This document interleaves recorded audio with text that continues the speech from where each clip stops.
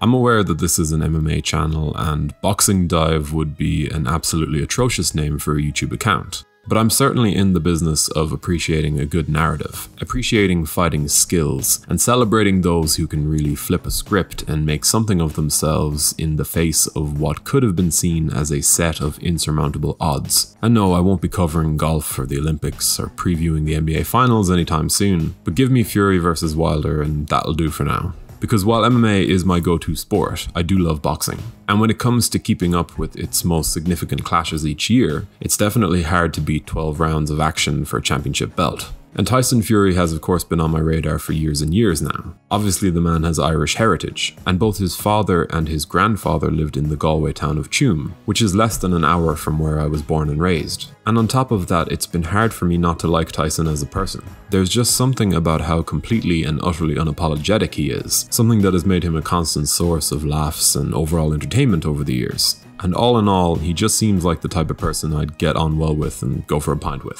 which is a big litmus test for celebrities on these shores, obviously. But when his viability as a genuine force within that heavyweight division really started to shine through, as he shocked the world by defeating Vladimir Klitschko, slowly building off from his foundation and perfecting that odd, jerky style we know him for today, I was definitely surprised to some extent. And I could sit here for the next half hour and speak about his return from the depths of depression and addiction, and how inspirational I continue to find that, especially when his achievements have just stacked up and stacked up since. But that trilogy with Wilder contained within it the perfect three-pronged summary of who Tyson Fury is as a person, and of course as a fighter, because as that first matchup with the Bronze Bomber came around, and Fury had laboured his way to a pair of decent, but not truly mind-blowing victories in warm-up bouts to get his long-awaited comeback underway, I thought that there was a good chance that we were looking at a big-name lamb being led to the slaughter. Not because I necessarily thought that Wilder was such an unquestionably bad matchup for Tyson, but just because of that inactivity, because of how outlandish and ridiculous the very notion of fighting for a world title was at that point in time for Tyson Fury.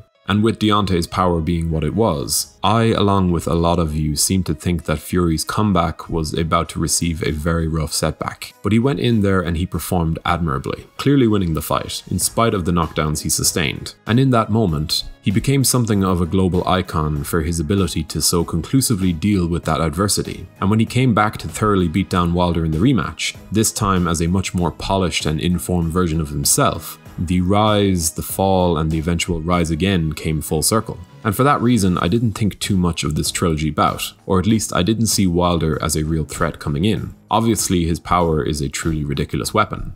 But like most of you, for me, the manner in which he handled the result of that second fight with Fury definitely brought up a few red flags. And even on fight night itself, when it was already a ridiculous time in the morning for me to be awake, the delays that came from Wilder's corner as he seemingly complained about the gloves, yeah, it wasn't a good look. It seemed as though this was destined to be an even greater walkover than the second fight, but damn, that assumption was so far from the truth. On a side note, if you're enjoying this content, be sure to subscribe to the channel to stay up to date with all of our latest uploads, before leaving a comment to let YouTube's algorithms know that we are fast becoming one of the best boxing channels on the platform. I joke, we're not gonna go there. Fury Wilder 3 was a riveting contest. A fight so good that you'll have to jump back years upon years in time to find a heavyweight title matchup that electric. Both men handled themselves admirably, even if the technical gulf was increasingly prominent as the fight went on. And I think that Wilder gets a lot of unfair criticism. Obviously he brings most of it on himself through his inability to accept defeat, or at least do so in the public eye. But I also believe that he has more self-awareness than most believe him too. Is he outright playing the heel here? Maybe, maybe not, but he's unapologetic in his character, and as the boogeyman of the heavyweight division for so many years, this guy was always the hammer and never once the nail.